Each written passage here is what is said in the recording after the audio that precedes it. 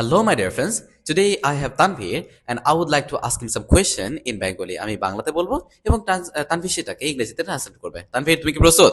Yes, I'm ready. Okay, that's fine. So প্রথম আমরা mainly আজকে ট্রান্সলেট করবো হচ্ছে টেন্স ওয়াইজ। এই যে আমরা ছয়টা টেন্স সাধারণত পড়ি ইংরেজিতে 90% কথা বলার ক্ষেত্রে এই ছয়টা টেন্সে ব্যবহৃত হয়।